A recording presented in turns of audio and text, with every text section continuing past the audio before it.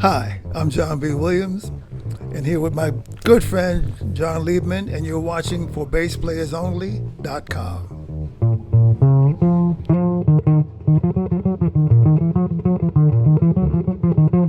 Hi everyone, John Liebman here. You're watching for BassPlayersOnly.com, coming to you today on location from the Warwick and famous world headquarters, Markneukirchen, Germany, with our good friend, our old friend, John B. Williams. Hey, John. Hey, John, how are you? I'm good. It's good. It's good to see you again. It's great to be back in Markneukirchen.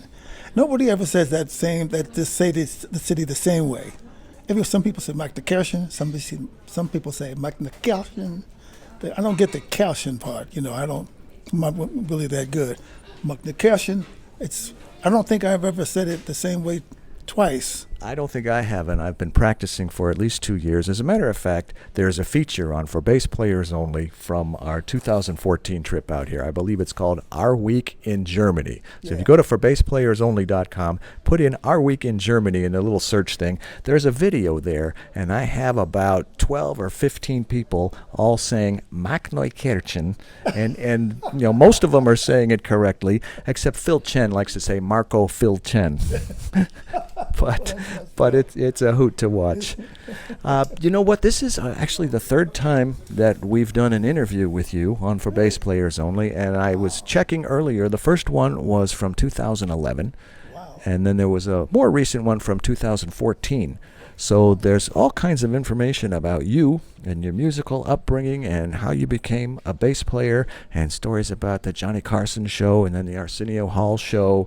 And last time we talked about some projects that you had, the Arabesque title that was released, and was it Notes for Life? Was there? Notes on Life. Notes on Life, I'll say. Played in the Key of Love. Played in the Key of Love with your lovely wife, Jessica, correct?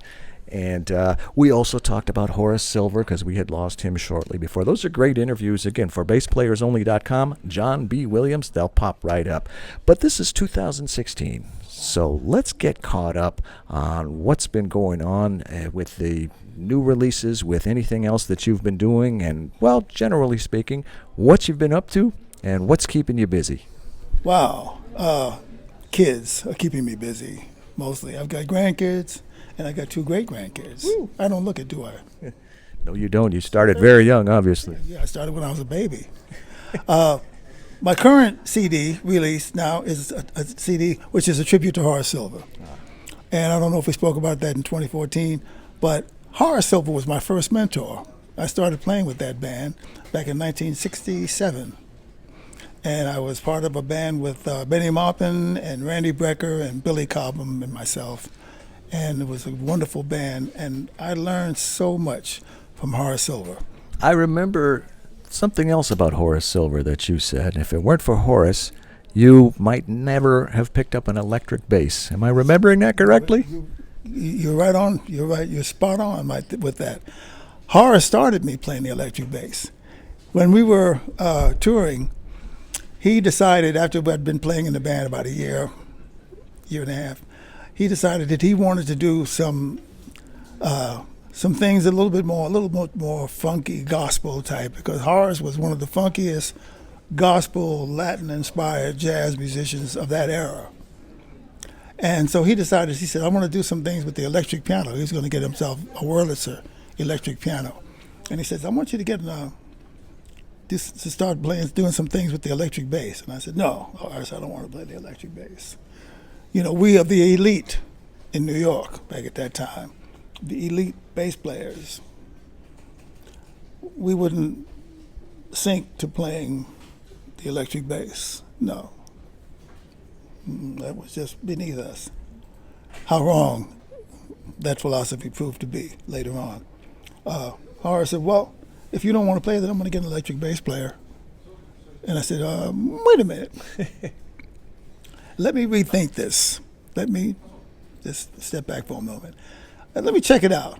So what he did, he took us to the NAMM show, the whole band. And this is like 1968. The NAMM show was held in the ballroom of the Conrad Hilton Hotel in Chicago. a big change from what it is today. I read about those days. I never experienced NAMM that long ago, but yes, I did know Can it you used to be in imagine Chicago. being in a ballroom of a hotel? No. The whole NAMM. Not even summer NAMM, can I imagine that? Well, he took the whole band, and he got me a bass and an amplifier accompanying the bass and an accompanying amplifier made by a company called National. I brought the bass home and I started toying with it, and it really turned out to be love at first play. As I started playing with it, I started feeling all kinds of different things. I was finding different ways to play things that I've been playing on the acoustic bass. And I said, and it was fun. And so I was like really digging it, and I'm like, wow, how wrong I was to assume that this was something that was beneath me when it's really something that was above me, because it was a whole other challenge to go from this to this. Mm-hmm. Now, you moved on from National. I know you've been with Warwick for a long time. I believe you 1990. 1990. Well, that's a few years already. Yeah. So, and you have a whole big handful of Warwick basses. I know you have several different models. What is it about Warwick that you like so much and would make you want to stick with that company for so long? The wood, the best wood. The density of the wood gives it such a good sound, and that coming from an upright bass, it's all about the wood. Once you discovered Warwick, tell me the acoustic bass, for example, that's sitting next to you, acoustic bass guitar. Tell us about that. Well, because of this, I didn't really have much to do with. They came up on this because, like they having the acoustic guitar. And there are a lot of companies that make acoustic basses. Martin makes an acoustic bass, Gibson, and several companies make acoustic basses. And Hans Peter decided he wanted to get into making acoustic basses as well. I was just blown away. I was blown away because it was such a beautiful instrument, and it sounds so wonderful.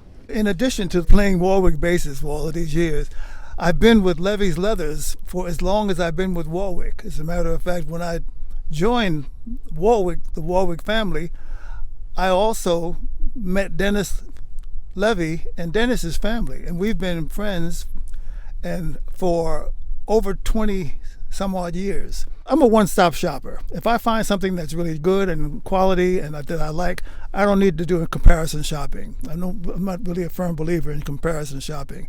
If I see what I like and it really works for me, that's where I stay. They're gorgeous, they're beautifully made, they're quality. That's the main thing for me.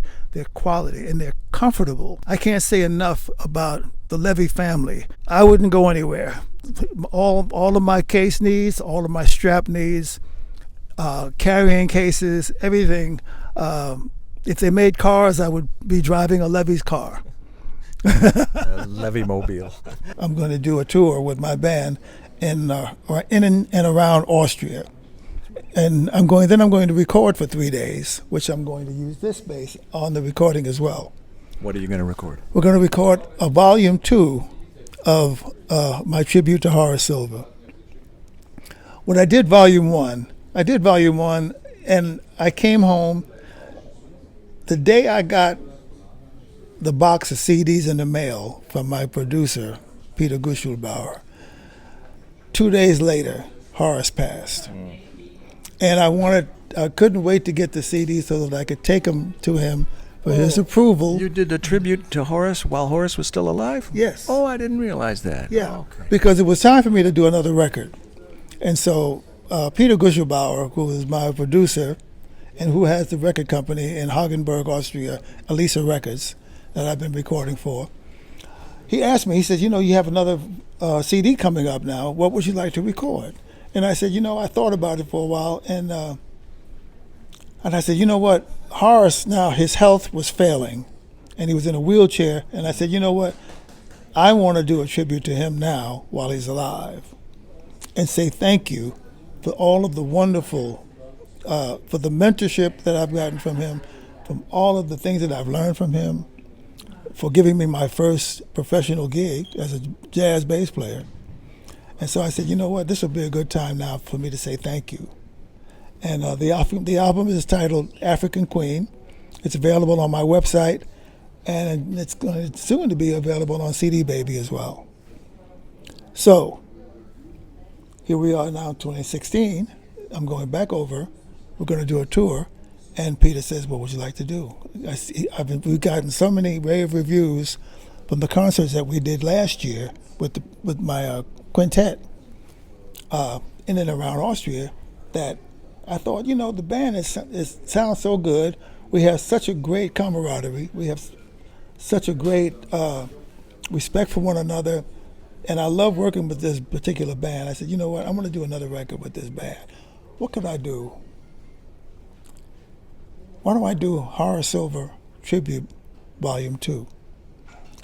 And the reason for that is that Horace had such a huge body of work. Oh, yeah.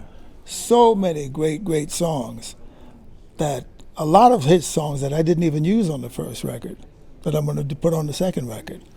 I'm going to also use Jessie's talents again, my beautiful wife, her talents, and do 3 Horace Silver songs as well. And we're gonna do some other songs that are favorites of mine, like Tokyo Blues, and Song for My Father. Yeah, I was waiting for you to mention that. Yeah. So we're gonna do the vocal version of Song for My Father. We're gonna do a vocal version of The Preacher, and we're gonna do a vocal version of For Heaven's Sake, which is a beautiful song that Billie Holiday recorded. Wow. How about Blowing the Blues Away? Is that on? We're gonna do a version of Blowing the Blues Away love it. well. When do you expect that to hit the streets? Probably next year. All right, we will look forward to that. I, for one, can't wait to hear it. It's you have one. great to see that you're still so vibrant and so active and still so productive, and you give us a chance to enjoy all that great music that you've made and that you continue to make and that you will make more of in the future. All because right. in the future, my next project is going to be a project of original music. Okay, we can't wait for that either. Yeah, that's going to be great.